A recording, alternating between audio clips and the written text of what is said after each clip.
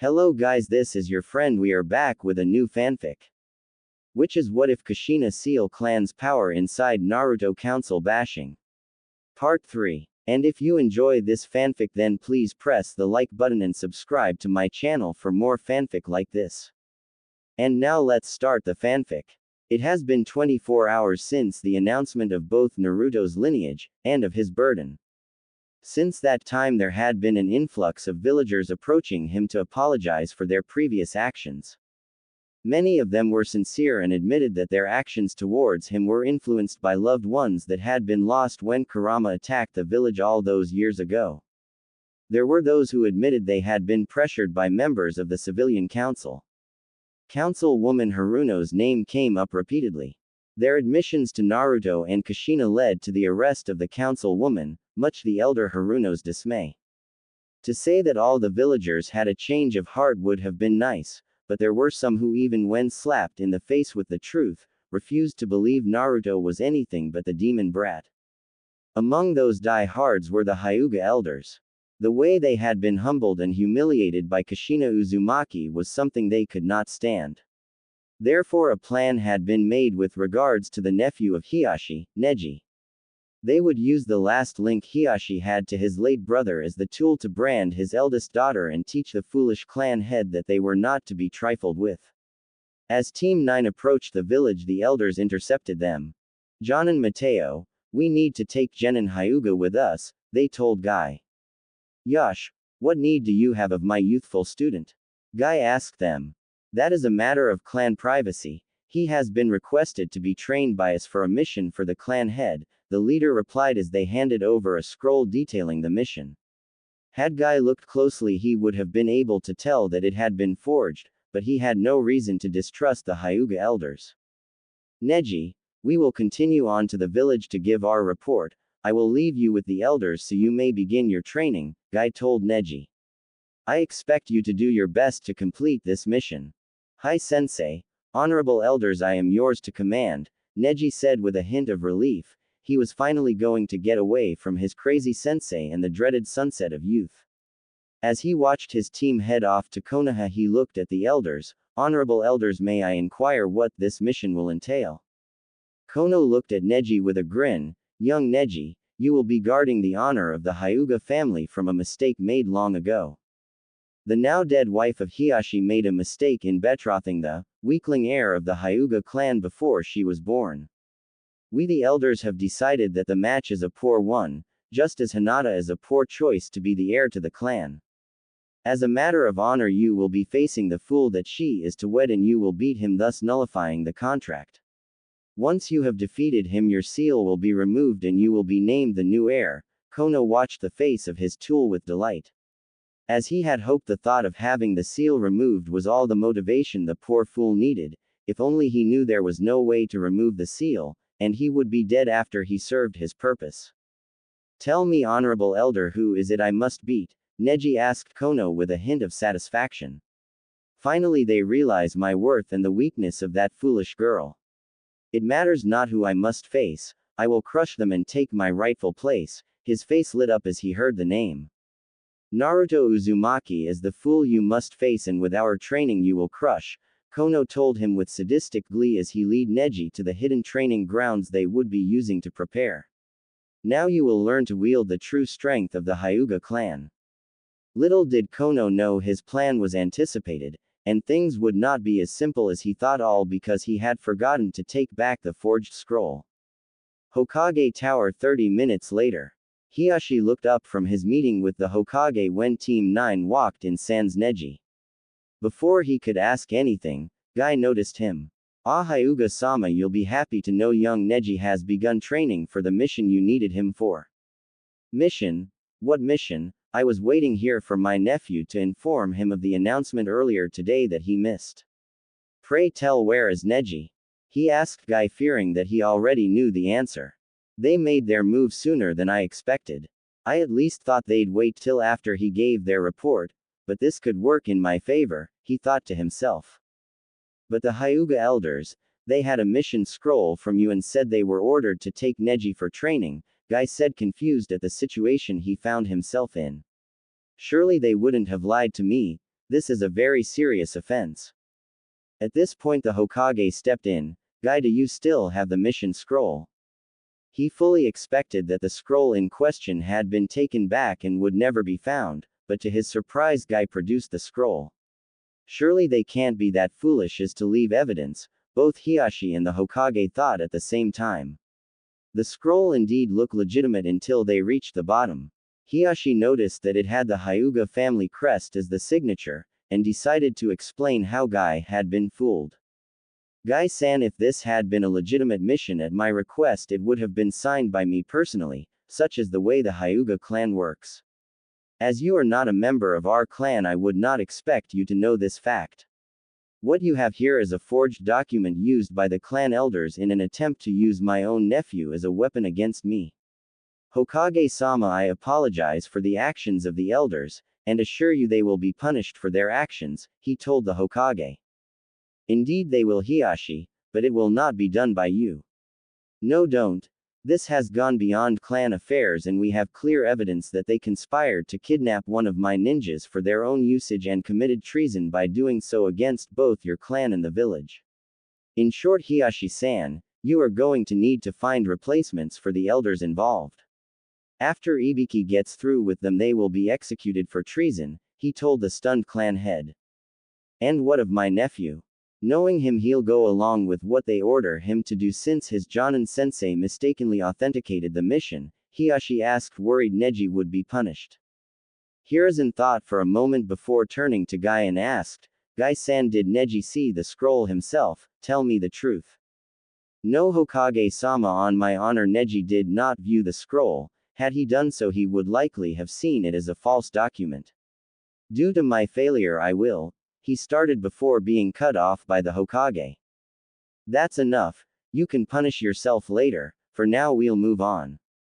Hiyashi, young Neji will not be blamed for what he does, but I imagine Kushina will have prepared Naruto to face Neji by the time they face each other, he told Hiyashi.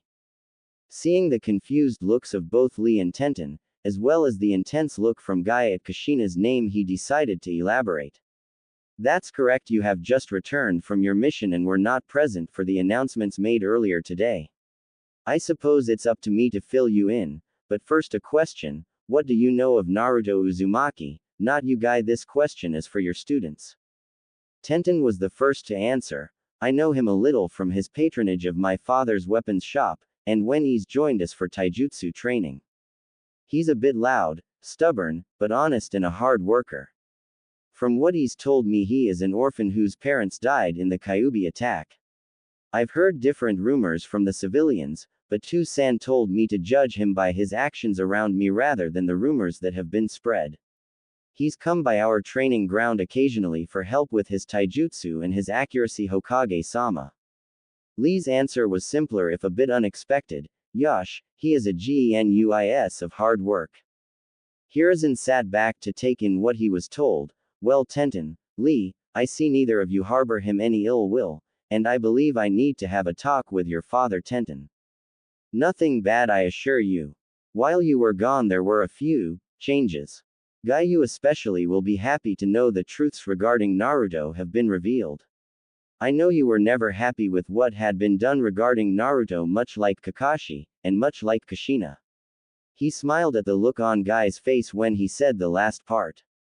You mean Sensei is? Guy started. Yes, Guy. When Team 7 returned from their mission in Wave they brought back 2 individuals. Haku Yuki, and Kushina Uzumaki. I'll let her give you the details, but suffice to say your old sensei is alive and her return was a rather explosive one, he said as he saw Guy's grin. That said, I suppose it's time your genin learned the truth, Guy-san. The Hokage turned to look at Lee and Tenten. I think you'll both be surprised to know Naruto is no longer an orphan. He is a member of the Uzumaki clan of Uzushiogakure. His mother is Kushina Uzumaki, of which I am sure you know of, correct, Tenten? Tenten could only nod, thinking this couldn't get any crazier. Too bad she was wrong, as the Hokage continued. Not only is his mother Kushina Uzumaki, but his father was none other than Minato Namikaze, the Yondaime Hokage himself. His parentage was hidden for his protection for 2 reasons. to hide him from his father's enemies and because of his burden. What burden, Hokage-sama? Tenten asked him as she tried to process the information that one of her friends was the son of one of her idols, Kushina Uzumaki, second only to Tsunade Senju of the Sanin. Naruto, well, I suppose I'll start from the beginning. The story of the Kyuubi's death at the hands of the Yondaime 13 years ago is a lie. In truth, the Kyuubi is a biju, a creature of pure chakra. As such, they cannot be killed. They can, however, under certain circumstances, be sealed inside a person. The biju are ranked in strength by the amount of tails from 1 to 9. The Kyuubi is the strongest of the biju with 9 tails, and as such only one clan was successfully able to contain the beast. The Uzumaki clan. The first to do so was the wife of the Showdown Hokage, Mito Uzumaki, the second was her niece Kushina Uzumaki. The third was born on the night of the attack 13 years ago. Naruto Uzumaki. He is what is known as a Jinchuriki, a human sacrifice. It is because of his burden many in the village have abused and mistreated young Naruto, foolishly believing that he is the demon. Hiruzen explained, and was surprisingly interrupted by Tenten. Those idiots, can't they tell the difference between a kunai and the scroll that contains it? She shouted before she caught herself. SSS, sorry Hokage-sama, she stammered, blushing at her foolish outburst. No need to apologize, young lady, as that's the exact reference I used when I explained the truth to the village this morning, he smiled as he explained to Tenten. I trust this won't be a habit, however. No, Hokage-sama, was her answer. Well said. Now Guy-san, please take your team and explain the remaining details. I'll get your report on your mission after my meeting, he said as Guy ushered Team 9 out of the room. Now then, Hiyashi-san, what are we going to do about our mutual problem? Well, for starters, I've explained to Kushina what I expected the elders to try. Hiyashi started as they began to plan for the elders' punishment. Uzumaki residence, 5 a.m. the next morning. Naruto Uzumaki, get your in gear. Kushina shouted at her son as she threw a bucket of cold water on him. Results were instant. Sanuva. What the hell, Ka-san? Naruto yelled as he shot out of bed. When he noticed the two of them were the only ones up, he looked at Kushina. What's the big idea? Why are we the only ones up? Well, I suppose if you want your team to learn your new taijutsu and kenjutsu styles, I'm sure Sasuke would love to. Kushina started before he cut her off. Not a chance in hell, but still I gotta ask, why have you been so nice to the Tem? He asked as this had been bugging him. Honestly, it's more out of sympathy for what he went through. It's almost as bad as what you've had to deal with. Before you get jealous though, remember this, while I may feel sorry for the brat and will try to help him, it's nothing compared to what I would do for you. You are my only son after all, she told him as she ruffled his hair. Now enough of the mushy stuff, let's get to the training field so we can get you ready for Neji. How bad do you think it'll be? Naruto asked her. Well, from what Hiyashi has told me, the elders will most likely use his pride against him. All his life he's been told he's a prodigy, and if he's anything like his father was, he'll be a handful, but you have the tools to beat him. With Kurama you'll be able to negate his Juken strikes by reopening your Tenketsu. Plus your Rasengan is able to counter the Kaden. Both are techniques that only the main branch is supposed to know, but Hiyashi thinks the elders will teach him both, and after the duel they will likely use the caged bird seal to destroy his mind, Kushina explained to Naruto as they made their way to the compound's training grounds. Why would they do something like that? I mean, Neji is a bit of a fate-obsessed arrogant, but even he doesn't deserve that. Is there any way to stop them? Naruto asked Kushina. Kushina shook her head as she laughed at Naruto. Well, I see you gained some of your father's morals, sympathy for the enemy for one. Anyway, yes, we can help. It's time I revealed a clan secret to you. The Uzumaki clan created the caged bird seal, and as such we can remove it. Wait, we made that thing? Why would we make something like that? Naruto asked, confused at what he was learning. Well, in all honesty, the seal was made to hold prisoners during the First Great War. The Hyugas corrupted the seal and used it on their own family. Hanabira and I used to talk about it all the time. Her greatest regret was that the elders demanded it be used on the branch family, and mine was that I couldn't remove it. I learned from your Gigi, however, that the Uzumaki clan can remove the seal, and I think it's time you learned how. For starters, make about 600 clones, 300 for fuinjutsu working on your handwriting, 100 for kenjutsu, 100 for taijutsu, and 100 for ninjutsu. About that, Ka-chan, I have an idea for the Rasengan, Naruto told her. I thought I told you to hold off on. No, not adding an element to it, but what about if I can change its size without reducing its strength? And then a way to turn it into a long-range attack. You might be onto something. Tell you what, make it 200 clones for ninjutsu and I'll have a couple of my clones assist. Meanwhile, I'll introduce you to the Uzumaki sealing arts. 5-element seal eraser, aka the way to remove the caged bird seal. Kushina instructed as Naruto made the required clones and got to work. Training ground 7. 4 hours later. Team 7 was fully gathered while waiting for Kakashi to arrive. After a 3-hour training session with Kushina, Naruto got to watch as Kushina woke up Sasuke and Sakura received the same wake-up call he had to suffer through, much to their dismay. Kakashi's arrival caught Sakura practicing the tree climbing exercise, and Sasuke sparring with Naruto. Alright, let's get started on our mission, Kakashi told his team. What mission? We haven't even gone to the tower yet. How can we have a mission already? Naruto asked Kakashi, who simply looked at Sasuke. You haven't told him yet? Kakashi asked Sasuke, slightly annoyed. With everything that happened yesterday I kinda forgot. You gotta admit, with everything that happened it's been hectic, Kakashi-sensei, Sasuke said as he tried to find a way out of his predicament. Tell me what Naruto asked hesitantly. Whatever it is can't be good if he's squirming this much. Sakura, you think? Sasuke started, only to be startled as she shook her head. No. You tell him. This is your mess, Sasuke, Sakura told him sternly. This was new to him as Sakura had always been eager to please him. Out with it, Naruto told him. Ah hell, look, because I disobeyed a direct order we have to catch Tora for 2 weeks, he blurted out as fast as he could. Come again, I understood the, you screwed up, part, but what is it we have to do? Damn it. Okay, for the next 2 weeks we kinda have direct orders to catch Tora, he told Naruto. Ah hell, here we go, now for the yelling, not that I blame him this time. The response he got was not what he expected, however. That's, hell, that sucks. Hey Sakura, I don't know about you, but I think since he got us the mission he gets to do the capture, he told Sakura with an evil grin. Sasuke went pale at the very thought. Fine with me. No way in hell I'm laying hands on that demon, no offense, she said with an answering grin. None taken, he said with a smile. Hey Fuzzy, any chance that cat is related to that two-tailed one you told me about? Matabi, no such luck. Even though it's bad enough to be one of us, I can promise you that Hellcat isn't one of her offspring. Trust me, if you met one of those you'd still be running, was Kurama's laugh-filled response. Well hell, he replied before he noticed his team staring at him expectantly. Kurama says Tora isn't related to them, just that it's crazy enough to be. Wait a minute, you mean there's a cat Biju?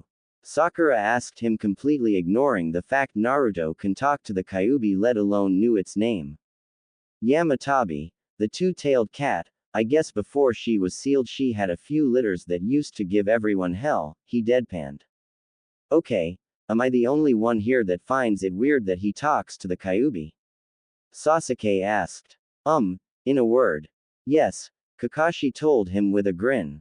Anyway, let's get going. Tora isn't gonna catch himself. 3 hours and numerous scratches later. Damn, you look like you got in a fight with a lawnmower and lost, Naruto laughed at his rival. Laugh it up all you want, I swear this thing's a demon, Sasuke shot back as he struggled to contain the angry feline while Sakura and Kakashi laughed. As they made their way to the Hokage Tower they came across Team 8. Hey Hinata-chan, where ya headed? Naruto asked as he ran up to her. The Hokage Tower to turn in our mission, Naruto-kun, was her reply. Before anything else could be said, they all heard a pained shout and saw a blur as Tora escaped Sasuke. What no one expected was for Tora to jump on Hinata's shoulder as if he belonged there. Whenever Sasuke attempted to retrieve the cat, Tora would hiss and claw at him. The only one who could get near Hinata was Naruto, and that was only after a long stare down between him and Tora was interrupted by Hinata grabbing Naruto's arm. "I think he likes me, Nato-kun," she said with a giggle while the purring Tora rubbed his head on her neck.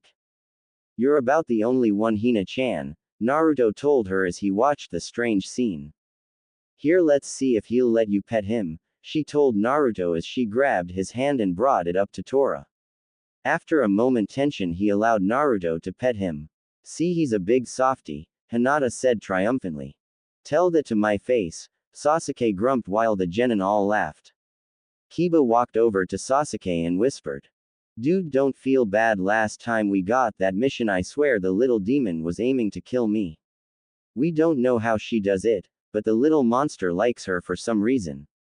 As if it could understand what was being said, Tora looked at the two teens and let out a loud hiss.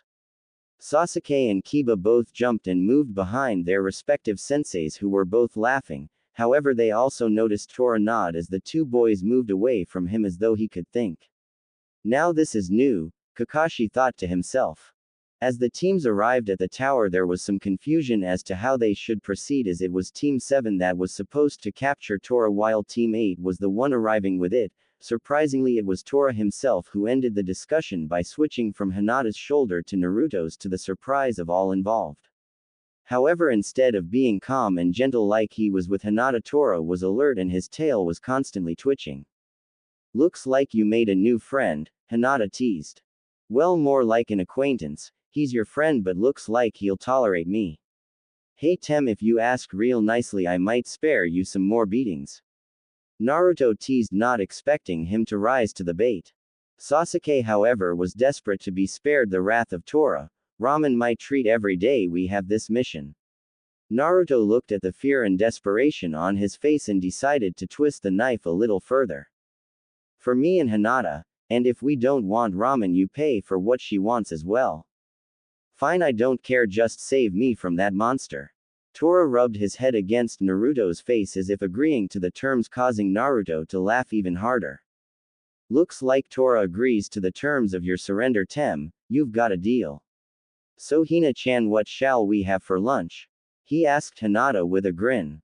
"Cinnamon buns, and I know just the place," she told her crush. "Well, it can't be that bad," Sasuke said, relieved that he was spared ramen. His good mood lasted only until Kiba leaned over and whispered, "Dude, Hinata eats those things like Naruto eats ramen." The color drained from Sasuke's face and they could see him weeping as he held his soon-to-be emptier wallet. But if it was a choice between him or his wallet hurting, he'd pick his wallet. After turning in their missions and being released, Naruto leaned over to Hinata and whispered to her, "Hina-chan, you think after we eat you can help me with some training? Does this mean I get to spend more time with you? If so, do you even need to ask?" She whispered back, which caused Naruto to laugh. "I like her kit. Looks like you picked a winner, or rather Kushina did." Kurama laughed as he told Naruto his opinion. "Shush you. Even though you're right doesn't mean you have to rub it in. I bet you wouldn't mind if she did the rubbing," Kurama shot back, and to the astonishment of everyone present, Naruto turned blood red and passed out, much to Kurama's endless amusement. "I still got it," he thought to himself as Hinata worked to wake Naruto up. 15 minutes later, Naruto finally woke up, muttering about Baka Arrow foxes to the confusion of everyone present. 3 days later, Naruto had finally gotten used to his schedule at this point: early morning training with Kushina, breakfast, catching Tora, which had gotten surprisingly easier for him, team training during which Sakura and Sasuke had finally fallen into their roles in the team, lunch paid for by a weeping Sasuke, and then training with Hinata. The first time she had come over, Kushina had stopped her as she struggled working on her gentle fist katas. Kushina had noticed something strange, and after bringing out a slip of chakra paper she had her answer. Most Hyugas tended to have an earth affinity which worked well with the standard gentle fist, Hinata however was shocked she had not one but two affinities, neither of which were earth. Instead she had a strong water affinity which Kushina explained was like her mother, and a moderate wind affinity. The second surprised Kushina, but she was currently working on ways to incorporate both elements into Hinata's gentle fist. With Hinata's help Naruto was able to decrease the size of his Rasengan until it was the size of a marble able to fit on one finger. His next task was learning to make one for each finger. A task which was much harder than it seemed. Even with Hinata's help he had only gotten 3 on each hand, which led to today's discussion. I don't see why I can't get all 5, Naruto grumped as he lay his head in Hinata's lap as they rested under a large oak tree. In the time that she had been spending with him, Hinata had learned to overcome her shyness, which helped with her confidence. Plus they were able to learn more about each other, win-win as far as Kushina was concerned. Technically you have 6 at a time going, which is a big accomplishment, Hinata told him. So any idea how you'll beat Neji-Nisan? He isn't going to fall easy. Yeah, I know how tough he is, but I know I can beat him. I have to for both your sakes, Naruto responded. He was confident he could beat Neji, but he was worried he wouldn't be able to remove the seal from him. But even if you beat him, he'll still be miserable, and there's the chance the elders will try to kill him when you win, Hinata said quietly, not even noticing that she had changed if to when. Kushina found the teens resting, heard what Hinata had said, and thought it was time she spoke to Hinata about the plan. Hinata, what would you say if I told you we can make it so the elders can't punish Neji for losing? She asked her future daughter-in-law. Really? But how? As long as he carries the seal they can kill him with a single sign, Hinata asked confused as to where this conversation was going.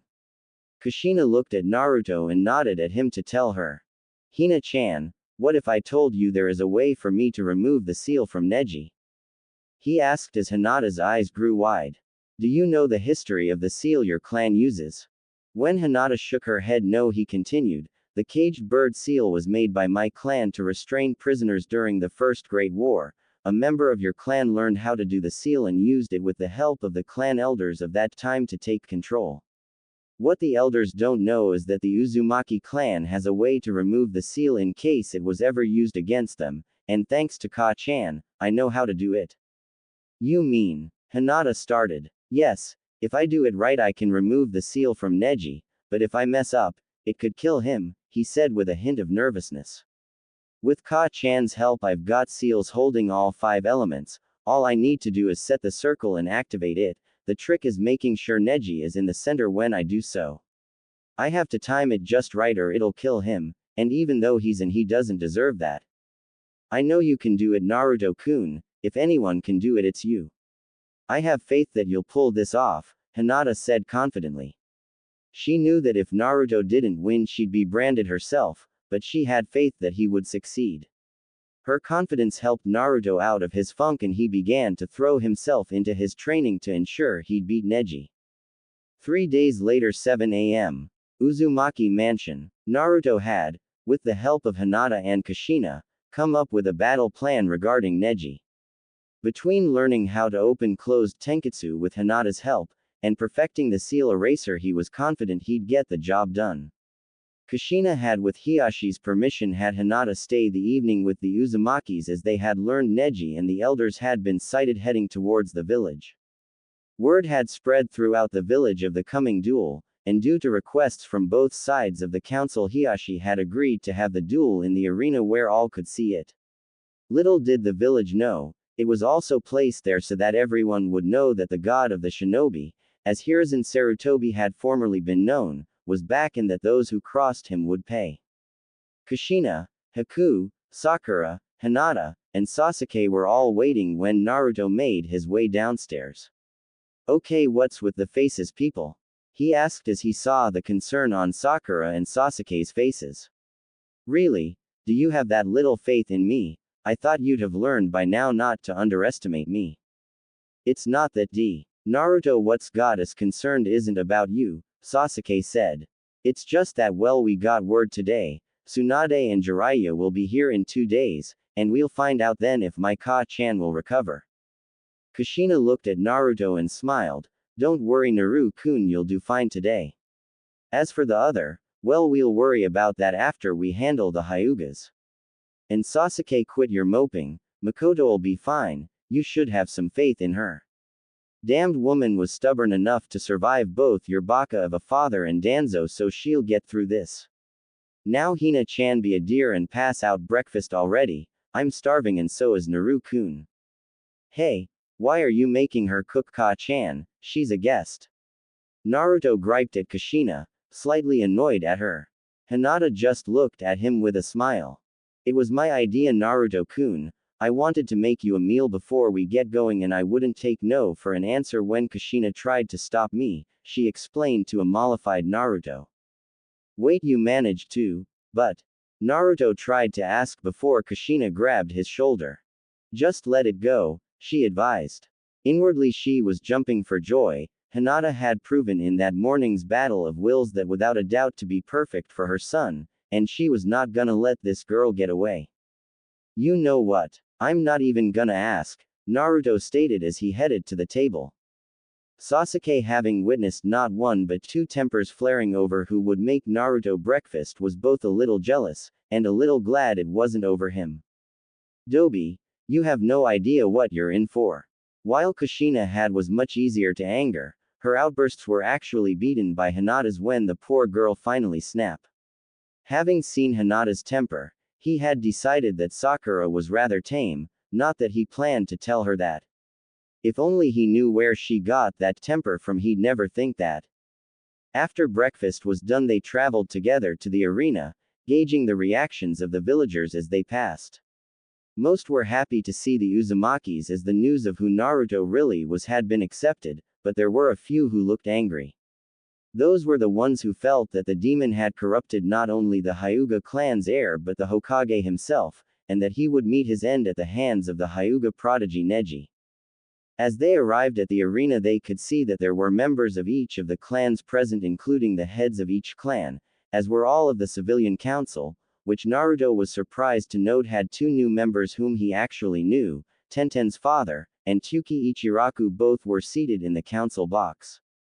Kushina noticed where he was looking and whispered, the old man wanted it to be a surprise, he decided that you could use a few friends on the civilian council. Remind me to thank Gigi later, he said with a smile as he waved to Tsuki and headed to the arena floor where he was met by the Hokage himself. Hey Gigi, no offense, but why are you here? Many in crowd were stunned by the way Naruto addressed the Hokage, but were even more surprised when the Hokage laughed and ruffled his hair in return.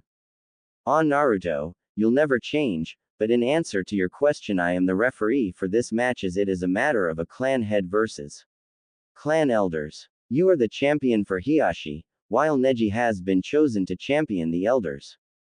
This match will shape the fate of the largest and most powerful clan in the village, as such I am the only one capable of overseeing it, Sarutobi told Naruto.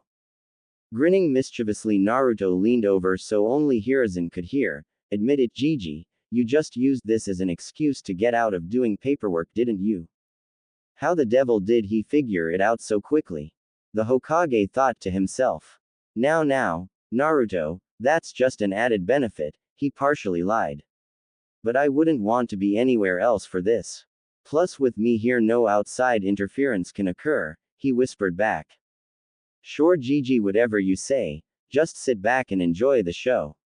I promise you won't believe what I have planned for poor Neji, Naruto told him as his opponent finally appeared along with the Hyuga elders who all looked surprised at the Hokage being in the arena.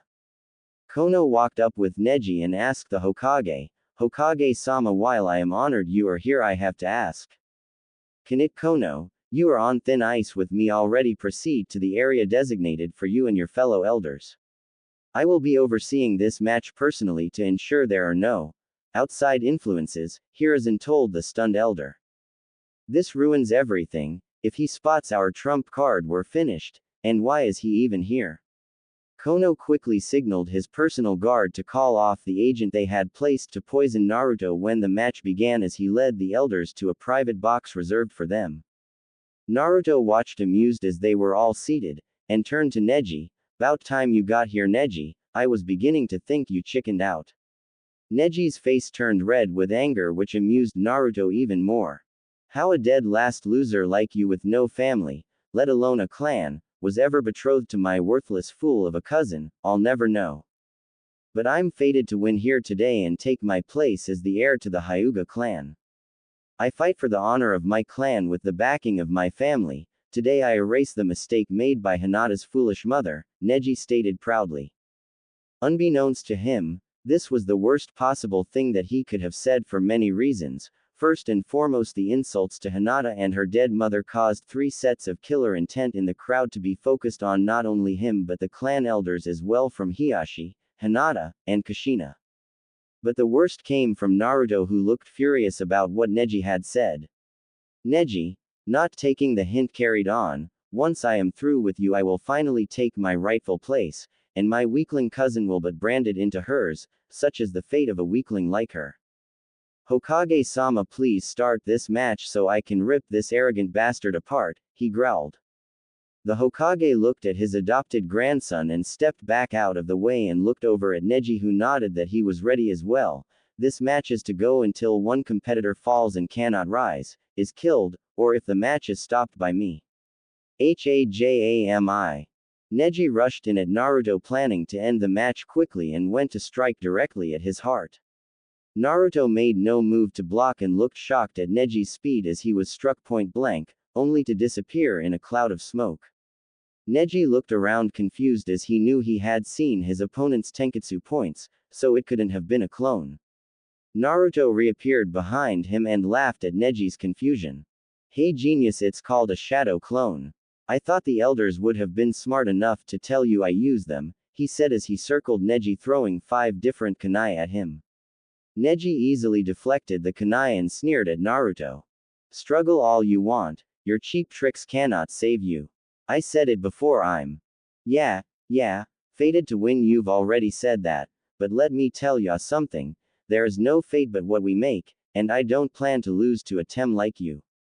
Kami, I thought Sasuke was bad, the stick up your must be twice as big as his was, Naruto goaded, and was surprised to hear laughter coming from the stands. Neji fumed as Naruto continued, see, even they can tell you need it removed, hell, I'll do you a favor and beat it out of ya. What do you say, Neji-chan? Ready to go? Neji could take no more insults from Naruto and charged in, blocking several strikes from Naruto as he tried to break his guard. Finally Naruto jumped back, decided to show Neji what he was up against as he fired off 2 attacks, Water Release, Water Dragon Jutsu, Lightning Release, Lightning Ball Jutsu. As the 2 attacks merged he shouted, Combination Attack, Charged Water Dragon Bomb. Neji was taken by surprise at the speed and power of the attack and knew he had no choice as he shouted his only shot at defense, Kaden. The attack hit with a resounding boom that shook the arena. When the smoke cleared they saw Neji surrounded by a sphere of energy, and a large crater where sphere ended. The look of surprise on his face was apparent as he looked around him searching for Naruto. So the senile old codgers really did pull out all the stops, didn't they? Naruto mused aloud. Neji turned to where the voice was only to meet a boot to his face. Naruto continued with a right hook to the chin, and a straight snap kick to Neji's ribs, knocking him to the ground. Naruto was talking as he approached the downed Neji, so, not too bad for dead last, wouldn't you say? Indeed, most surprising. However, I have one thing to say to you, Neji replied, slowly rising. Oh, and what would that be, pray tell? Naruto asked him. You're within my field of divination, 8 trigrams 64 palms, Neji shouted as he sprung his trap on Naruto.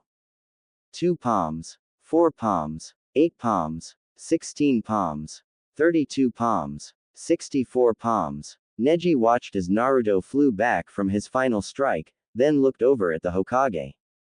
Hokage-sama, I believe you may call the match. He will not be able to get up, Neji said, confident he had won the battle. Think again, Tem, he heard as he turned in shock. Not only was Naruto standing up, but as he watched a large surge of chakra reopen the tenketsu points he had closed. But how? That's not possible. What manner of trick is this? Neji demanded. Naruto merely shook his head and once more used his favorite jutsu. Shadow Clone Jutsu, he shouted as a dozen clones appeared. 9 charged Neji who could barely defend himself from the repeated strikes from multiple angles at once. Slowly he was herded to where the fight had begun. Growing tired of the constant harassment from the clones, he finally decided to fight back, shouting, "Kaden." The attack destroyed the clones surrounding him, but he was unable to locate Naruto, who had disappeared once again. He looked around as he thought to himself in frustration as this match had gone on longer than he had thought possible. Where is he? Not above, behind, or to either side. Naruto watched the confusion grow on Neji's face and decided to end the match then and there. Watch and enjoy, Kakashi-sensei. This one's for you, he thought as he burst from the ground behind Neji. Try below TEME, he shouted as he placed his fingers in position. Team 7 recognized. He wouldn't. I've taught him well, Kakashi thought to himself with a grin that only got louder when he heard the name of the attack. Uzumaki's secret art, 8,000 years of death. Kakashi saw a miniature Rasengan at the tips of the clone of Naruto's fingers as he began his assault. 2000, the clone shouted, and rammed the attack straight into the Hyugas, launching Neji into the air where a clone awaited him. 4000, yelled the clone as his mini Rasengan attack sent Neji higher in the path of another clone. 6000, shouted the clone, sending Neji to his apex with another mini Rasengan where the original awaited with an oversized Rasengan waited. 8,000 years of death Rasengan blast, shouted Naruto as he slammed the Rasengan into Neji's chest, sending him crashing to the ground. As the smoke covered him, Naruto whispered his final move, Uzumaki Sealing Arts, 5-element eraser. When the dust settled enough for everyone to see, Neji was fully unconscious. The Hokage walked up to determine if Neji could continue, and upon seeing Neji's face looked at Naruto in shock, who merely flicked eyes over to Kushina. Hiruzen nodded in understanding before he made his ruling, winner Naruto Uzumaki Namikaze. Just Uzumaki for now please, Hokage Gigi. I haven't earned the full name till I master his signature technique, Naruto calmly told the Hokage. If you say so, but I'm sure today you've earned the right, he told Naruto calmly as the crowd cheered Naruto. Now for the fun part, the Hokage muttered to Naruto before addressing the crowd.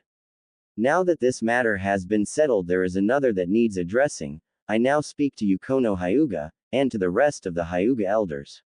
You have made a grave mistake, that being you forged documents to take one of my ninjas to use for your own purpose.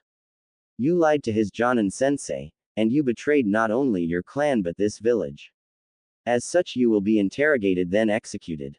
Kono looked on in shock at what he had heard. Surely it couldn't be true. Hokage-sama, I have no idea what lies you have been. Silence, Hiruzen shouted, cowing Kono as he felt the killer intent from the Hokage.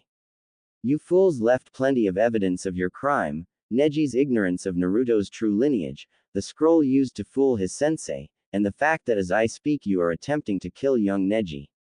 Kono stopped as he realized the Hokage had recognized the seal he was trying to use, however he could not feel his chakra responding to him. Hey dumbass, if you bothered to look at the area you're in you'd see that you are surrounded by chakra suppression seals, in other words you can't do shit, Kushina taunted. Kuchina-chan if you please, Hiruzen asked her. Hi, old man, but you had to admit they had it coming, she joked back. Indeed, however the fact remains they will never again be able to harm young Neji, he continued as he addressed the now scared and confused elders. Kono found some of his courage as he shouted at the gathering, all I need is one chance and your precious nephew is gone Hiashi, if not me one of my allies will do it for me, you can't protect him forever. Naruto if you would please, the Hokage asked the young man. Once upon a time you'd be right, but it seems your arrogance is about to bite you in the yet again Kono Baka. You see you failed to realize the caged bird seal was made not by your clan, but by mine, he said as the looks of fear appeared on the faces of the elders. That's right, the Uzumaki clan made the seal that you have corrupted, and anything we can make, we can remove, Naruto told them calmly as Neji's face and specifically his now bare forehead came into view. This is an outrage, Kono shouted before the Anbu placed him in custody and took the elders to see Ibiki. No, said Hiashi from his place among the clan heads. It's righting a wrong you fools continued to perpetrate. No more shall the Hyuga clan be divided into main and branch. From this day forward we shall be one clan. One family. Naruto-kun, Hinata shouted as she tackled him in a hug. The crowd noticed all of this and began to cheer as Sasuke, Sakura, Kakashi, and the rest of the Rookie Nine came out to join Naruto. Naruto blushed a little before looking at his friends and family. I don't know about you, but I could use a bowl of ramen and a week of sleep. Oh Hokage Gigi, do me a favor when Neji wakes up, please tell him. You're welcome. I think I might be better suited to tell him that. As it is, there are many things my nephew and I need to discuss, Hiashi said as he walked up to the group. Naruto-sama, on behalf of the Hyuga clan I thank you for all you have done, and would be honored for you to marry my daughter Hinata. Please, Hiashi-sama, it's just Naruto, and I would be honored to marry Hinata, Naruto told his future father-in-law. Now having said that, Ka-chan guys, Hina-chan, let's head home. Omake. The two faces of Hinata. After finishing their missions, Teams 7 and 8 followed Hinata as she led them to her favorite bakery. Sasuke, as promised, was waiting to pay for both Hinata and Naruto's meals. Hinata went first, ordering 24 cinnamon buns. Naruto, having been forewarned by Hiashi, expected as much, and ordered a half-dozen for himself. When their order arrived, Sakura mistakenly thought the 24 were to be shared and reached for one. This proved to be a huge mistake. Before anyone could stop her, Sakura opened the box only to find that her arm no longer worked properly. Sakura, please leave my food alone, Hinata asked her sweetly. While Sakura had missed it, both Naruto and Sasuke had seen a viper quick Juken strike from the sweet-looking brunette that had closed Sakura's hand Tenketsu. Sasuke was stunned, but Naruto knew this was merely a warning shot. Handing Sakura one of his buns, he continued on with his meal while Kiba and Shino laughed quietly. All would have ended well, except that fate has a sick sense of humor. In this case, a very bored Anko was passing by when the event took place. Anko knew who Naruto was, and saw how close he was to Hinata. What better way to relieve her boredom than to mess with her idol's son, right? Surely nothing could go wrong with that plan, if only she knew. Naruto had no warning as a pair arms wrapped around him and pulled him into the chest of a strange, rather well-endowed, purple-haired woman. Ah, how sweet, the Gaki's got a girlfriend, wonder if she'll share, Anko cooed as she grinned. Her plan was going perfectly as Naruto was too stunned to move. That was until she heard a calm, cold voice beside her.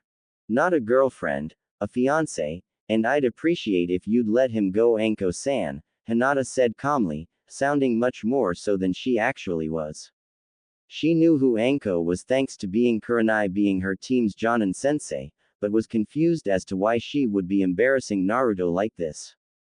Well, looks like the princess is a little jealous. What's the matter? Afraid he'd like me more? Anko teased, looking to get a rise out of Hinata. No, Anko-san, merely concerned that Kushina-sama might take offense to you molesting her son. I'd hate to be the one to break the news of your death to Kurenai-sensei, Hinata replied, refusing to rise to the bait. Well, princess, if you're gonna spoil my fun, you're gonna have to pay the price, and I think this'll do nicely, Anko crowed as she reached for one of Hinata's cinnamon buns, only to have her hand caught in a vice grip. I'm afraid that's not going to happen, Hinata said coldly as she stepped out of the booth, standing beside Anko, who was currently trying to free herself from the young girl's grip. Gone was the sweet, shy-natured girl everyone thought they knew. Poor Anko, if only she knew, Naruto thought to himself. He had been given the usual speech of, how to treat my daughter, by Hiashi the day before, but along with it came a grave warning. Never under any circumstances try to take Hinata's cinnamon buns from her. Naruto tried to ask why, but Hiashi merely shivered and repeated his warning. At the same time this was going on, a frightened messenger ran into Hiyashi's office. My lord, it's a code purple. Did he forget my warning already? Hiyashi asked astonished. The guard shook his head. No, my lord, it appears to involve Ibiki's second in command. The poor fool, for now sit back and observe. I'll not risk anyone else's health for Anko-san's mistake, Hiyashi told the man as he wrote down a quick note and handed it across the desk. See to it this is delivered to the Uzumaki residence immediately. The guard took the note, bowed, and left Hiyashi to remember the one and only time he had ever made that mistake, how a 4-year-old who had just barely awakened her Byakugan managed to put him through a wall, but just the memory of that day sent a chill down his spine. Meanwhile, Anko, seeing Hinata's reaction, still had no fear. The girl was just a genin, while she was a special jonin. She then made her second mistake. Oh goody, the princess wants to play.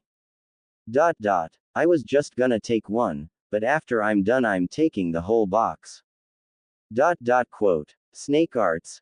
Hidden snake hands. Her eyes widened as Hinata caught the snakes, threw both captured arms in the air and stepped inside her guard.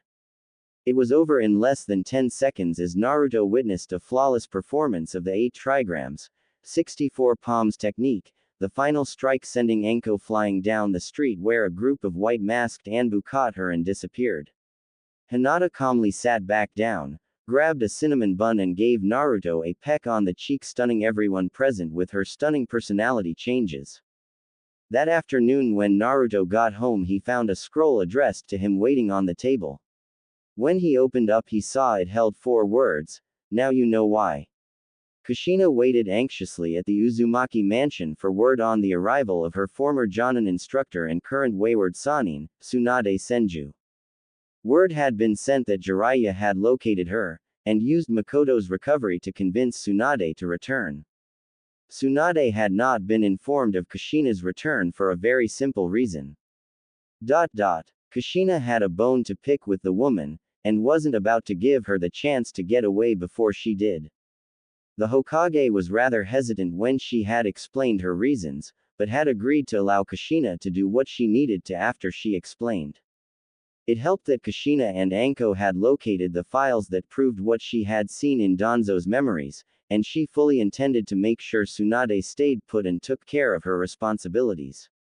I guess I could go down to the training grounds to see how Naruto is handling the aftermath of his duel yesterday, but it might be better to let his friends do that, Kushina thought to herself.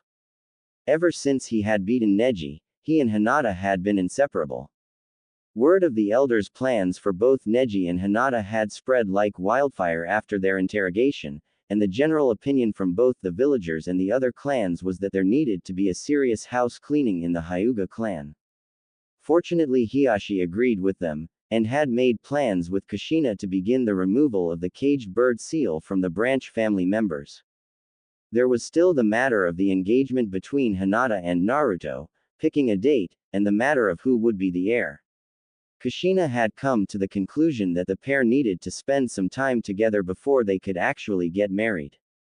If she had her way they'd be spending a lot of time together, 2 or 3 years at least before they got married. The arrival of an Anbu at the entrance of the property got her mind back on track. The fact that privacy seals Minato had placed around their compound were working after all these years came as a pleasant surprise to her, and a rude one to the Anbu who were used to being able to surprise the people they were sent to summon to the Hokage. They had not been pleased to learn that in order to contact anyone in the Uzumaki compound they would have to wait at the entrance until they were given admittance by either Kushina or Naruto. Kushina made her way to the entrance where the Anbu was waiting and asked, "They're here. They will be reaching the gates in the next 30 minutes. Accompanying Tsunade of the Sanin is her apprentice Shizune," he answered. "No surprise there, I take it she plans to head straight to the hospital. That is what Jiraiya has informed the Hokage her plans were, but she was ordered to the Hokage tower first. The Hokage doubts she'll be in a very good mood when she gets there. Tell the old man I'll be there in 15 minutes, and have someone contact Kakashi.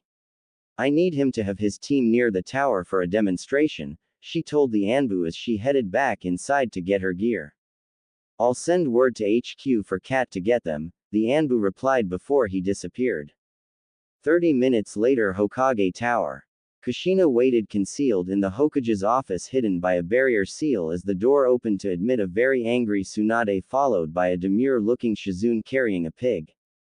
At the same time, Jiraiya leapt into the room through the window just as Tsunade slammed her fist onto the Hokage's desk, shouting, "Damn it, old man, why in the hell did you make me come here? Whatever the hell you want. I don't give a damn. I already told the pervert that I'm helping my student and then I'm getting the hell out of this damned village. And after I deal with the bastard who did this to Makoto, and there is no way in hell you're gonna stop me. Two things, Tsunade. First, I wanted to make sure you were doing okay. After all, it has been several years since I've seen you. Second, it wasn't me who wanted you to come here first. There's someone here who wanted to have a few words with you. Oh, and unfortunately you won't be dealing with anyone who had a hand in what happened to Makoto Uchiha," the Hokage calmly replied as he watched his former pupil become even more irritated. "What the hell do you mean I won't be dealing with bastards who harmed her? And who in the hell wants to have a few words with me?" "That bastard Danzo. The two vultures that pose as village elders. Whoever the arrogant is that thinks they need to have a few words with me can wait or just go piss off for all I.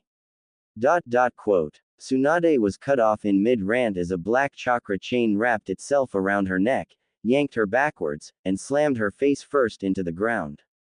The tip, having sliced her in the face, was now directly in front of her face with blood dripping on them, the sight of which paralyzed her instantly. Shizune and Jiraiya both looked on in shock as three more chains appeared out of nowhere to first subdue then fully restrain Tsunade in a matter of seconds. Shizune was stunned because she had never before seen her master so easily beaten, Jiraiya, simply because he recognized those chains. "What in the hell? But sensei told us, oh shit, if it's who I think it is, I am gonna be lucky to survive this if things get out of hand," he thought to himself as he tried to edge his way towards the open window only to find it shut and blocked by two more chakra chains. It was then that Kushina revealed herself, and while heading towards Tsunade she still managed to warn Jiraiya. "If you even think about bolting out of here, I'll put you in a coma for a month." Arrow Sanin. "It really is you, isn't it, Kushina?" he asked the angry redhead. "In the flesh. I'll get to you in a moment, but for now sensei and I need to have a little chat," Kushina told him as she made her way to where her former sensei was being restrained and drained of chakra. "How in the hell? But I was told, you died, Kushina, and why in the hell are you doing this to me?" Tsunade sputtered as she tried to come to terms with the situation. Let's see. First off, why am I doing this to you? I can think of a few reasons. You abandoning the village after Dan died I could overlook. You ditched out on me just before I went into labor, and yes, I know about your fear of blood so that I could forgive. But damn it, you self-centered bitch, you were supposed to be here to help watch over my son. You gave me your word that if anything happened to me or Minato you would protect him. Do you have any idea what kind of hell he went through because of it? Let me tell you, it wasn't pretty. So right now I'm in half a mind to rip your head off your shoulders, but in honor of our past I'll give you a chance. If you can give me one good reason why you broke your word to me and weren't there for my so, I'll spare your life." Kushina, is it really you? I was told, I knew you were dead. You had to be, and you know why. Tsunade managed to force out the words. Between the shock of seeing Kushina again and the sight of blood, it was all she could do to speak. "Yes, Tsunade, it's really me. I'm not a ghost, and you're not dead, so quit stalling and answer me. Where were you and why did you break your vow to protect my son?" Kushina told her, trying to force this conversation along before she lost her nerve. "But the seal, the scroll, your name went dark, how?" "Kushina, please tell me before I lose it. How in the hell are you even here?" Tsunade finally asked. Inwardly Kushina smiled as her Tsunade was doing what she wanted her to do, fighting through the shock. However, she still had a long ways to go. "I assume you're referring to Great Aunt Mito's family tree seal. You put it on a scroll instead of yourself, didn't you?" Well, not so much of a surprise. She did tell me that feeling the loss of Uzu was the worst feeling in her life. It was on my body when I lost my brother. After that I moved it to the scroll. I couldn't bear the feeling of loss, and then the day you died. Since then I've kept it hidden away so I wouldn't be tempted to look at it again and see all that I had lost. But it showed me you were dead, and you know the seal can't lie about that, so tell me, how are you here? Tsunade asked her, still confused but speaking clearly. Well, it's too bad that you didn't check that seal periodically, because if you had, well, then you'd have come back a lot sooner and with less fighting. Well, maybe not less fighting knowing you, as you would have had the one thing you've always wanted waiting here for you, Kushina told her cryptically before she went on. Tsunade, despite what the seal told both you and Great Aunt Mito, the Uzumaki clan wasn't killed when the Third War broke out, and I didn't die the day Naruto was born. Do you remember being told about the scroll the first was given when Konoha was founded? The one about the return of the third in line to restore Uzu. I always thought that was just a myth, a story told by Ba-chan to cope with the family she lost there, Suan replied.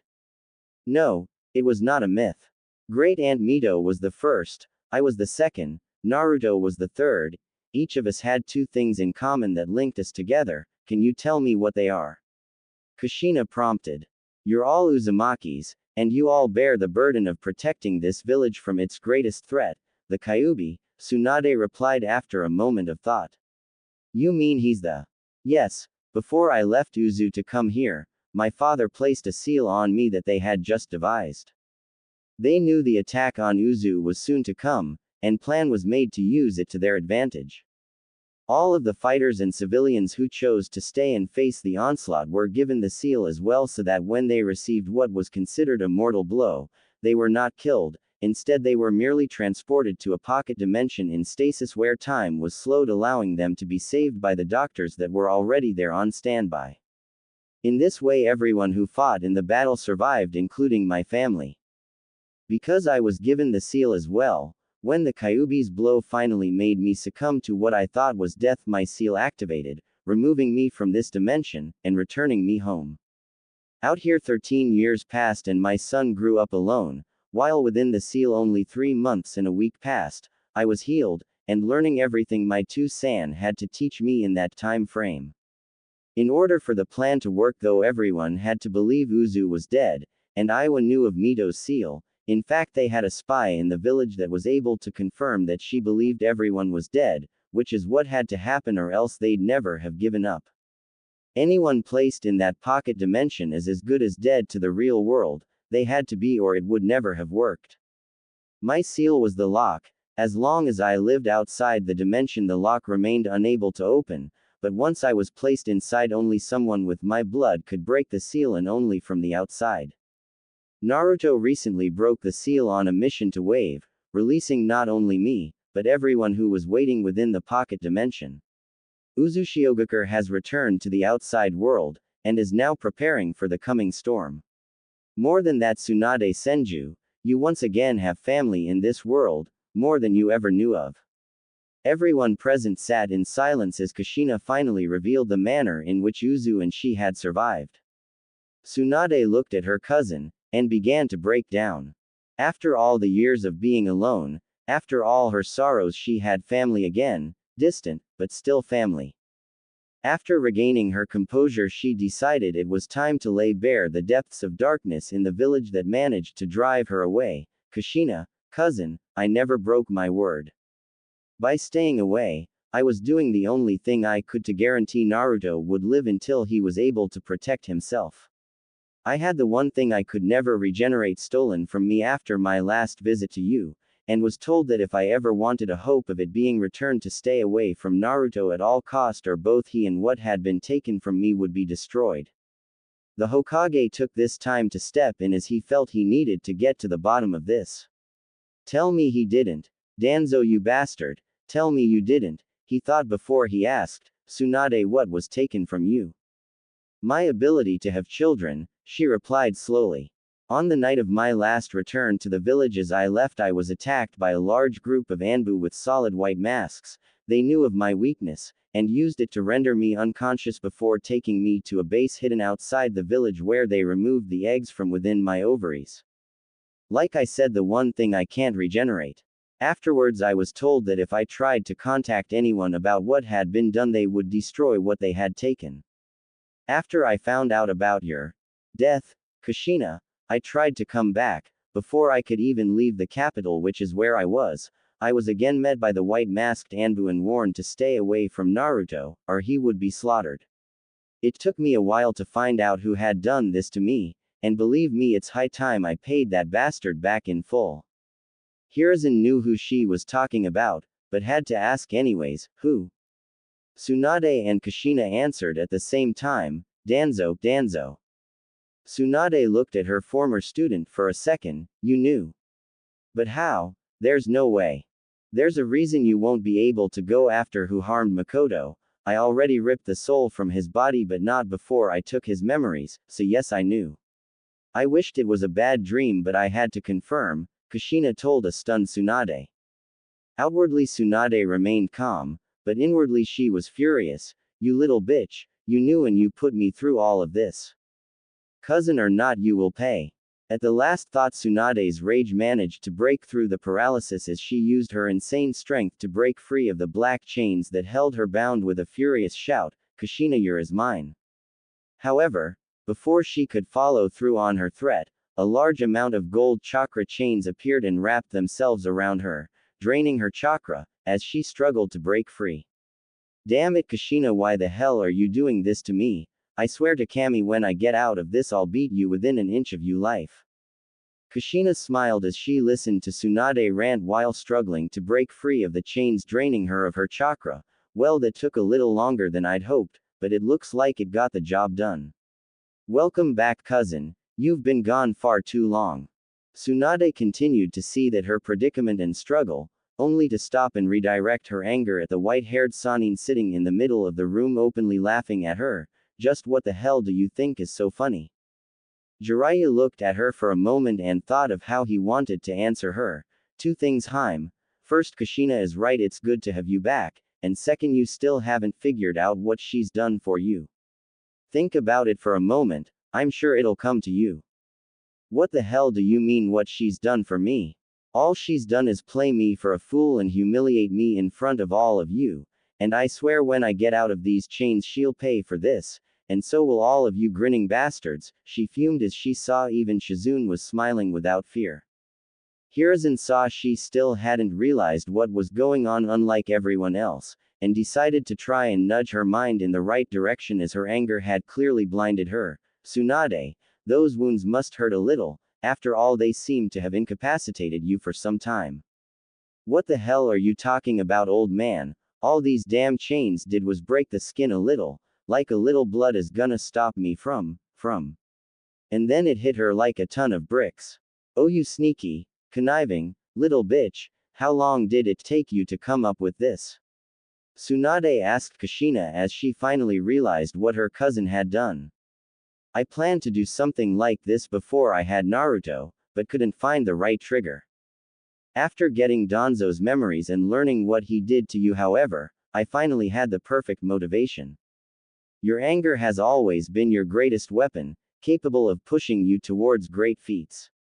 All I had to do was tap into that and use it to force you to push past your self-imposed weakness. That, and I still had a bone to pick with you about not even using Shizune to send gifts to Naruto.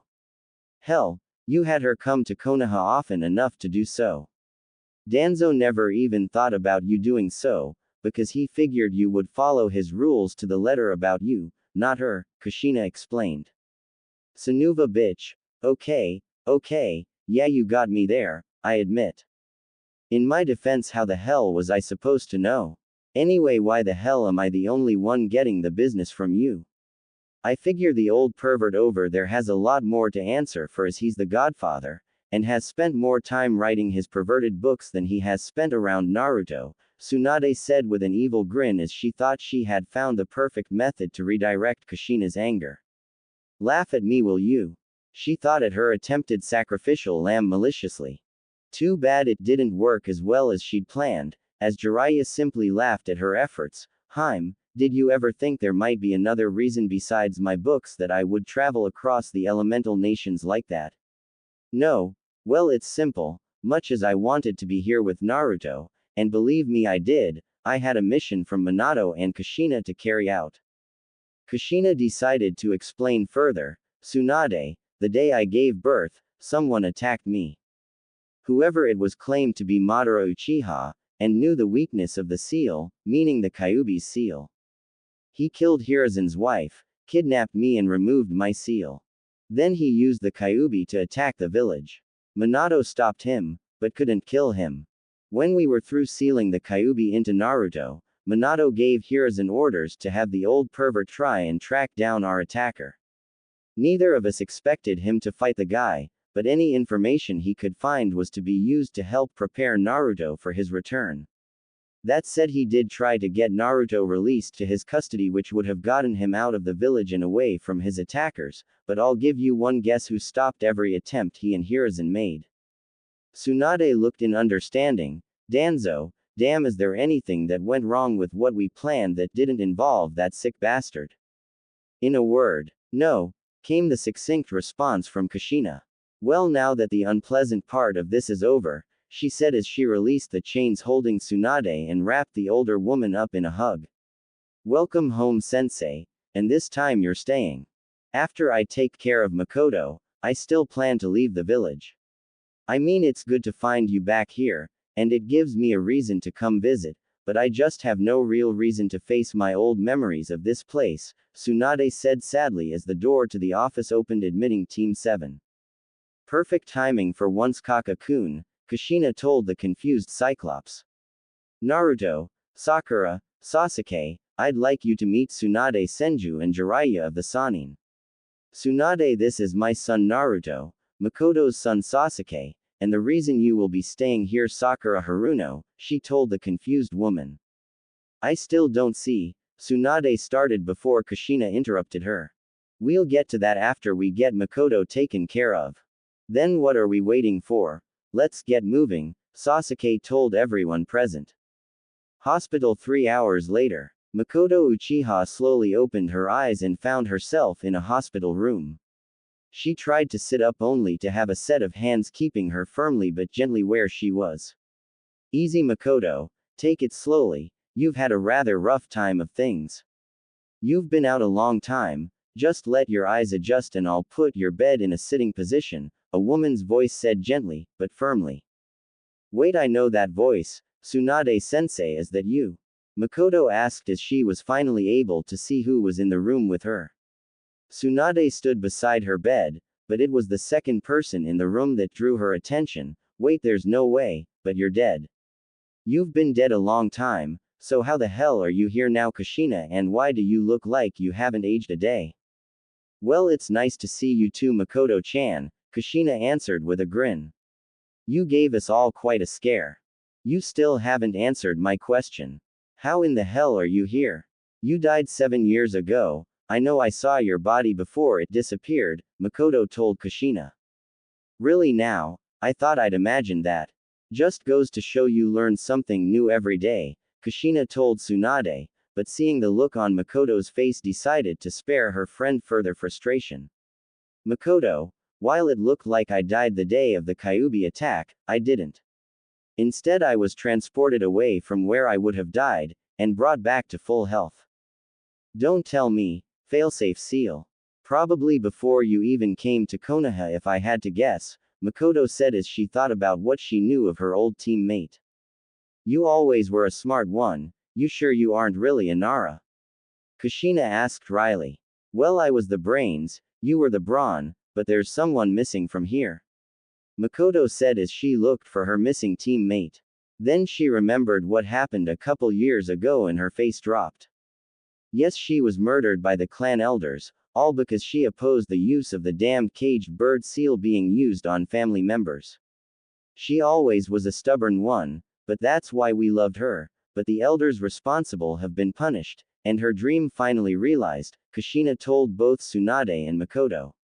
Thanks to my time with my family, I came back with the means to remove the seal from the branch members.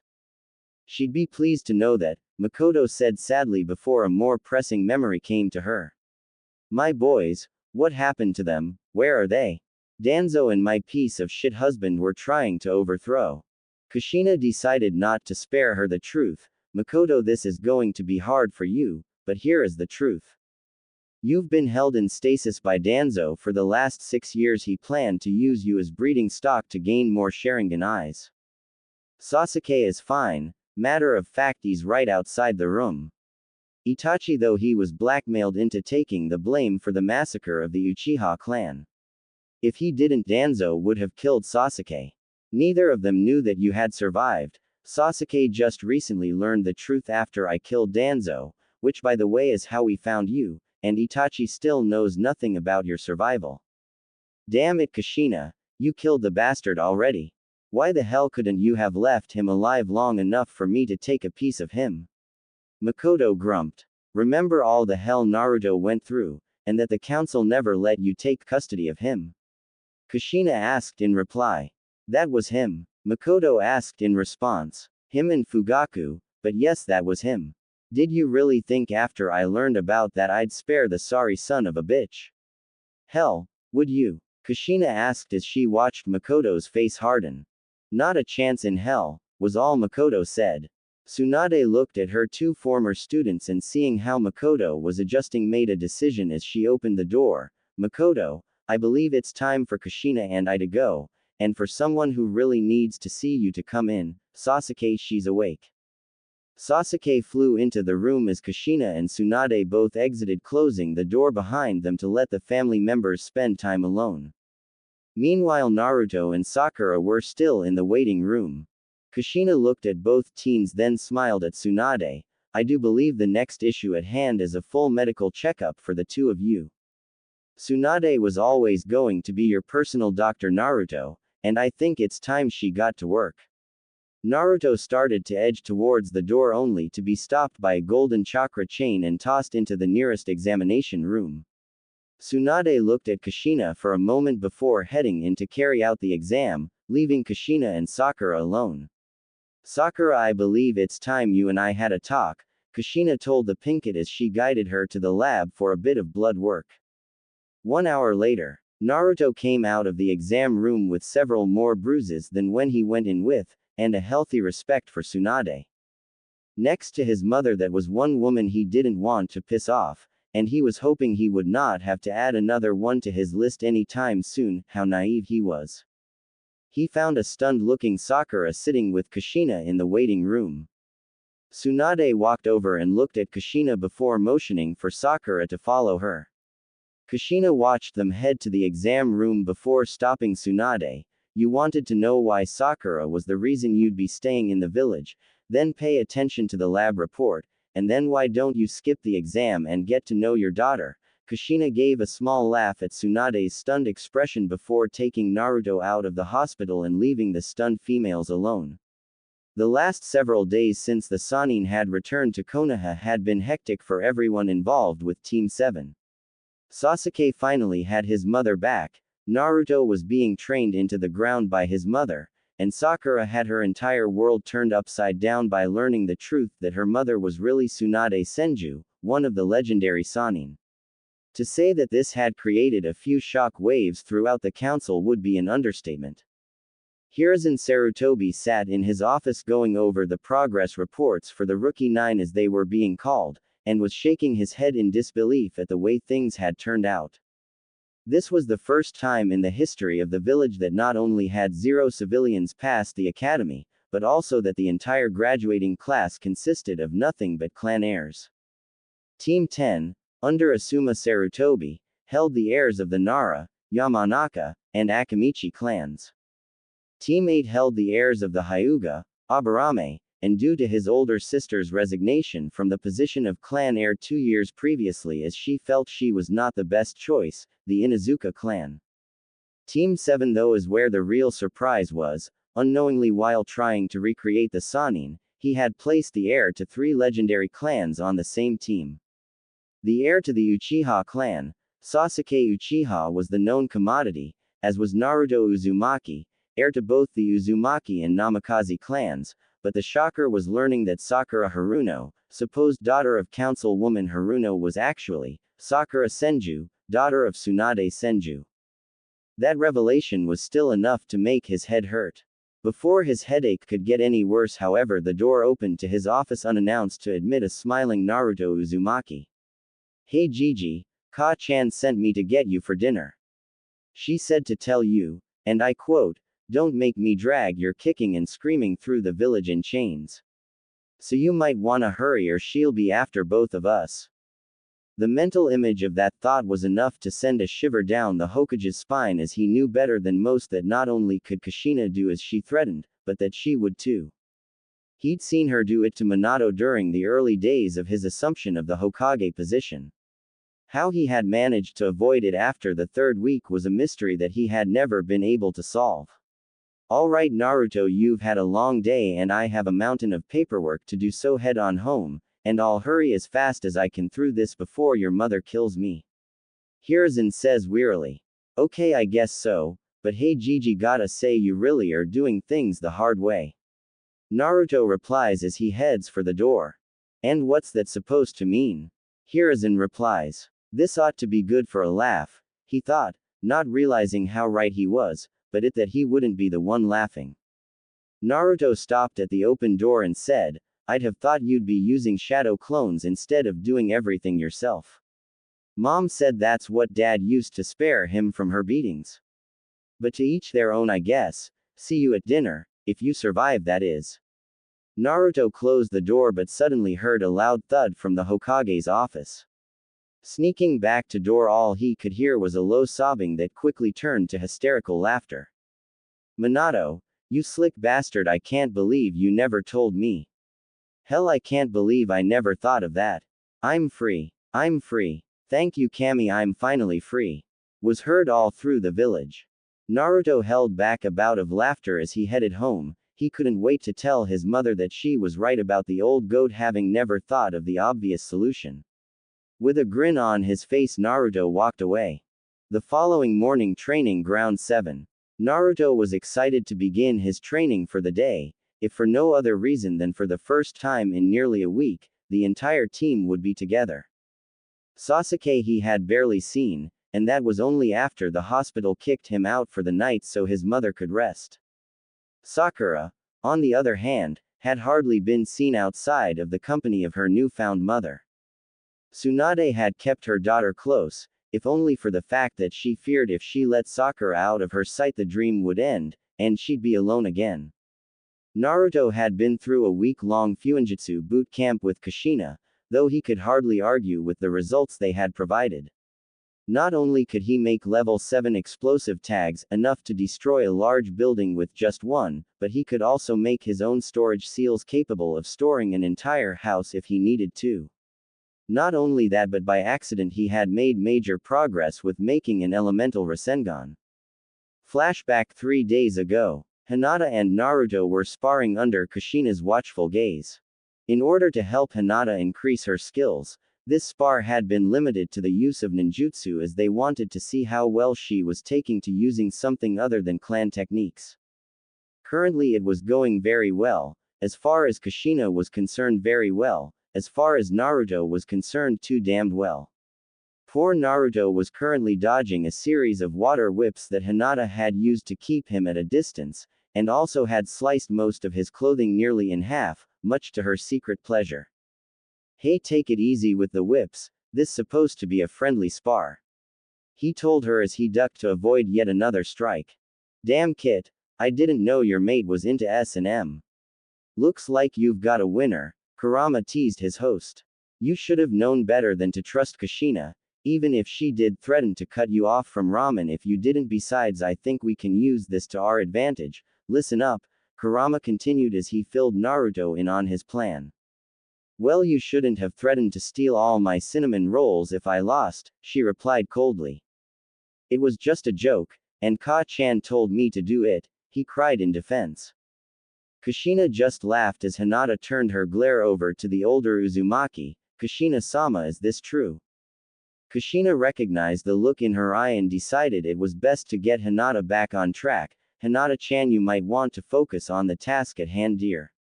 This isn't over, and Naruto-kun, you're only slightly off the hook for your part in this. Still sorry if I went a little overboard," she said as she turned around. It's fine Hina-chan, I just figured you wanted a free view, Naruto said as he ducked a water bullet that barely missed his head and sent an air bullet back in return. I don't need the whips for that, Hinata snapped before she realized she had said that out loud, and promptly did her best imitation of a tomato. I knew it, I knew it, I knew it, was the thought Kushina, Kurama, and Naruto had at the same time. Naruto used her mental distraction to get in close and power up a Rasengan. Unfortunately for Naruto, Hinata had her dojutsu active, saw him coming, and had an ace up her sleeve. Naruto and Hinata both used their best attacks at the same time, and all Kushina was the dual shouts, Rasengan, Water Dragon Jutsu. What none of them expected was that they saw next. Hinata's water dragon getting absorbed into the Rasengan, causing it to shrink in size with what appeared to be a whirlpool in the center, but grow immensely in power. Naruto, realizing that hitting Hinata with the overcharged attack could possibly kill her, managed to turn the attack away at the last second and use a Gale Palm attack to launch the Rasengan at a house-sized boulder halfway across the field. As the attack struck, it expanded to twice the size of the boulder, lifted the boulder off the ground, drew it to the center, and then to the shock of all present compressed to the size of a marble, crushing the boulder to dust as it went. All eyes turned to Naruto, who stood in shock at what he had just done, before he started shouting in excitement, "Did you see that? I finally did it!" He turned as Hinata cleared her throat to get his attention. "Don't you mean we finally did it?" "Yeah, Hina-chan, but don't you know what this means? Now I just have to figure out how to do it myself, and come up with a name," he said exuberantly. Kushina decided to make a few ground rules for her son's newest move before he made a mistake with it. "First off, congratulations, you two together just succeeded where Minato was never able. That said, under no circumstances are you to use that on a fellow Leaf Shinobi unless in defense of your life or a loved one's. When you train with it, do so with at least Hinata or Kakashi present, otherwise we keep this secret from all except your team. It's always a nice thing to have a trick up your sleeve. Naru-kun, I have a suggestion for a name, judging by the effects, why not Rosin Crush?" Hinata said as she walked over to where her fiancé was standing and planting a congratulatory kiss on his cheek. "Nice Hina-chan, I like it, and I think I know how to remake it, at least on a small scale, but I'll need your help," he said to a smiling Hinata. Present date. Over the next few days he and Hinata had worked tirelessly to first recreate the attack together, then figure out how he could make it on his own. The work was hard, but was bearing fruit. As the rest of Team 7 arrived and waited on Kakashi to arrive, as they began to trade stories of how the last week had gone for each of them. That is, once they got over the shock of Sakura's new appearance. Gone was the bubblegum pink hair color. In its place was a strawberry blonde that belied her relation to the Uzumaki clan through her paternal grandmother, Mito Uzumaki Senju. Sasuke told them of how Makoto's recovery was progressing rapidly, and how she was helping him cope with what had been happening with their family. She had explained to him about the curse of hatred, and then showed him the secret only Itachi himself had known, that she also had the Mangekyo Sharingan, gained through 5 straight days of keeping her Sharingan active, a feat that was very hard to do. She promised when she had recovered to begin his training in earnest.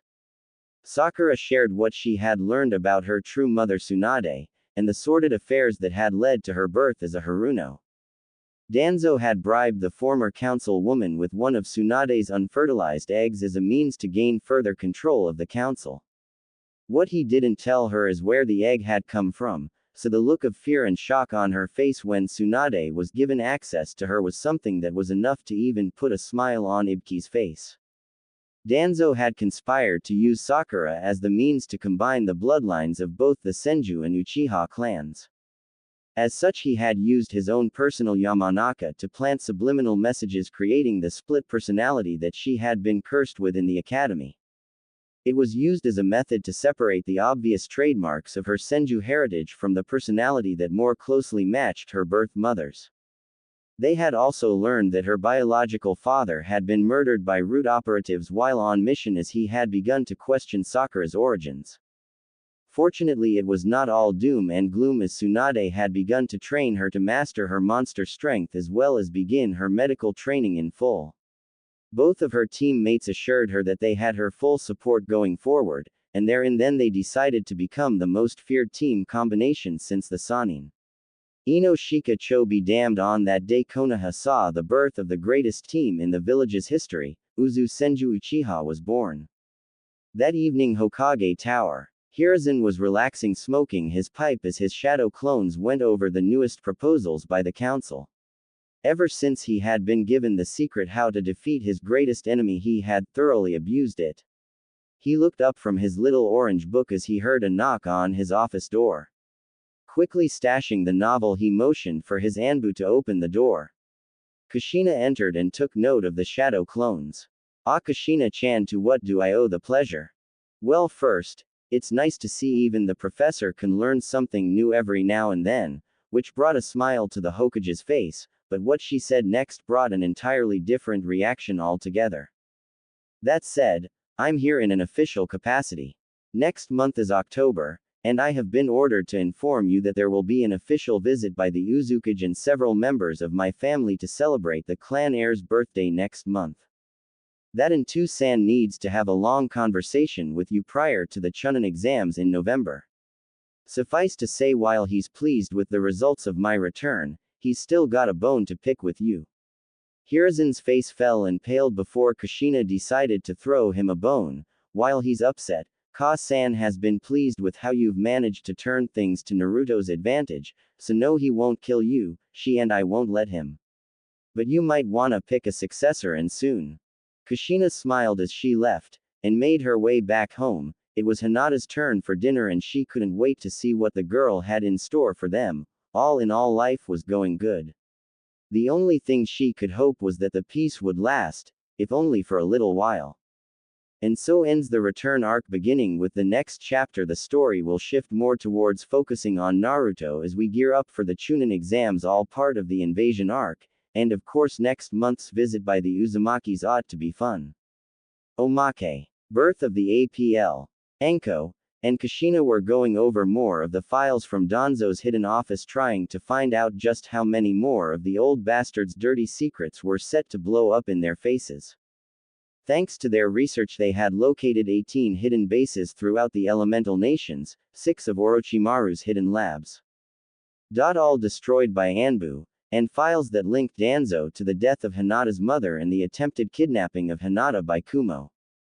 Kushina was tired, irritated, and needed to vent. Alas, with Danzo dead and his most die-hard agents either dead or in prison, she had no outlet to relive her tension. It was this scene that Tsunade Senju walked in on. Tsunade had been on a roller coaster ride for the last week. She'd learned she had a biological daughter that she'd never known, that the man who had harmed her worse than any enemy in any previous war could before was dead, and that 2 of her former students that she had thought were long dead had been returned to her. Alas, the thing that stuck in her mind the most, however, was the memory of Jiraiya's amusement when she had been reunited with Kushina. The embarrassment still ate at her, and the fact that she had been unable to get Kushina's wrath turned to the old pervert still rankled her. This could not and would not be allowed to stand. Unfortunately for her, she couldn't find a way to carry out her revenge, that is until her daughter was telling her about the antics of her Jonin sensei in a certain little orange book. It was a copy of the first Ika Ika Paradise book that Tsunade brought with her when she found her fuming former student. "Tsunade, I hope this is important, because right now I'm not really in the mood for any games. I swear the more we dig into Danzo's dealings, the worse it gets. It's like the son of a bitch did everything he could to destroy this village as much as possible. Sorry if I come across as being short with you, but I need to vent," Kushina griped at her cousin, former sensei. "Well, Kushina, I can't say that I blame you for being frustrated, but you did kill the bastard instead of leaving him alive to torment," Tsunade said, watching Kushina get even more agitated. "That's neither here nor there. Actually, Kushina, I thought I'd give you a little gift," as she handed over the book. Enko had walked back in the room and recognized the book from her many attempts to deal pain to a certain one-eyed open pervert and was disappointed with her idol. "Tsunade-sama, Please don't tell me that you two have become a pervert. Is no one immune to that damned book? I swear to Cammy if I ever find the bastard responsible for writing that smut. All, she fumed only to get more perplexed by the smile on Tsunade's face. Just wait and watch, little girl, and if you wanna know a secret, the author of that book is here in Konoha as we speak, she told Anko. Konoha Bath House. Jiraiya looked up from his binoculars as a cold chill ran down his spine. Something was very wrong, and he just knew that Tsunade was plotting against him. Oh well, it's just Haim, the worst she can do is beat me, he thought to himself as he went back to his viewing. If only he knew. Root base. Kushina meanwhile, had taken the book from Tsunade. Yes, she knew who had written it. Kakashi had been very forthcoming with that information, however she had not really tried to even read the synopsis. The book she was handed though, as she skimmed through it. Things were seeming to be familiar, too familiar. It wasn't until she got to the main character proposing to the female protagonist, and what happened after it had been accepted that she finally realized the truth. She didn't need to see anything else, simply because she had lived it, and only one person was ever supposed to know these details. That person, that man had died 13 years ago. How the old pervert had found out she didn't know, but she would find out, very very soon. Tsunade recognized the look in Kushina's eyes as she looked up from the book, as did Anko. It's a look that most women shared when they found a pervert in their midst. All Tsunade said as she looked at her new partners was, East Bath House likely hidden in a tree with the chameleon jutsu. I'll take the north, Anko you take the south, Kushina you get the east and first shot. Remember he's a crafty old pervert. Oh how well I know it Tsunade, but that bastard went too far. Kushina said coldly. So we're going pervert killing? Anko asked with a smile.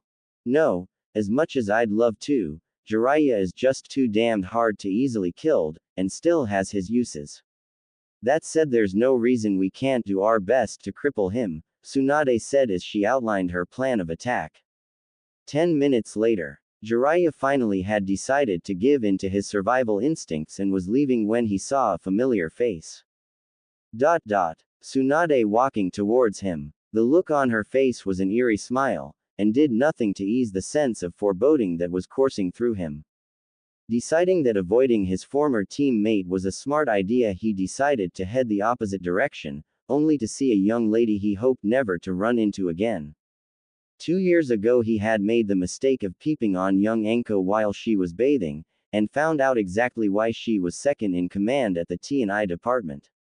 That was not an experience he cared to relive, thus he decided to head yet another direction, this time east. That was when his instincts went haywire, and Kushina appeared. Now let it not be said that Jiraiya is a coward, but when 3 of the biggest init perverts in Konoha history all happen to be on course to where he is, it's time to run. Too bad for him it was already too late, before he could try and escape a seal lit up beneath him blocking his chakra.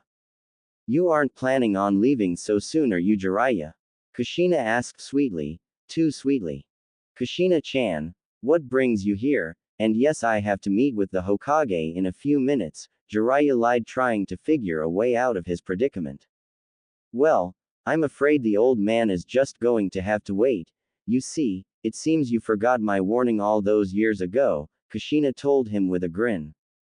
Warning? What warning would that be? He asked with a hint of fear. Why my warning of what would happen if I ever found out that you used Mina-kun and me as inspiration for one of your books, she said as she held up a copy of his all-time bestseller. The book that launched his rise to stardom. And his all-access pass into any hidden village in the elemental nations. It was for a good cause, I mean how else was I supposed to get access to all the places that, to hell with it, yes I did, and I'm not ashamed of it. You're pissed, I get it, but I'd do it again because it worked. So do your worst, he told the women defiantly. With pleasure, Tsunade told him.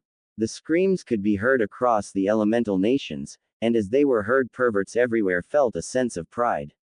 They knew that somewhere someone had struck a blow for perverts everywhere, the man may have failed, but he still tried. On that day, the Anti-Pervert League struck the first blow in the beginning of a long war with the perverts of the world. An hour later, fully satisfied with their work, the three women walked away believing they had won the battle. Alas, they failed to see the Jiraiya they had beaten on disappear in a puff of smoke, and the real Jiraiya fall out of the tree he had been hidden in. Thanks for that copy of Naruto's new chakra storage seal, Kakashi. It makes those shadow clones much more durable, but the backlash is a bitch. You're welcome, Master Jiraiya. You're lucky I was able to reach you in time, Kakashi said from his hiding place near the ally. Both men shushined away to the Hokage's tower to warn him of the newest the rat to perverts everywhere, and to plan their revenge. The war had only just begun.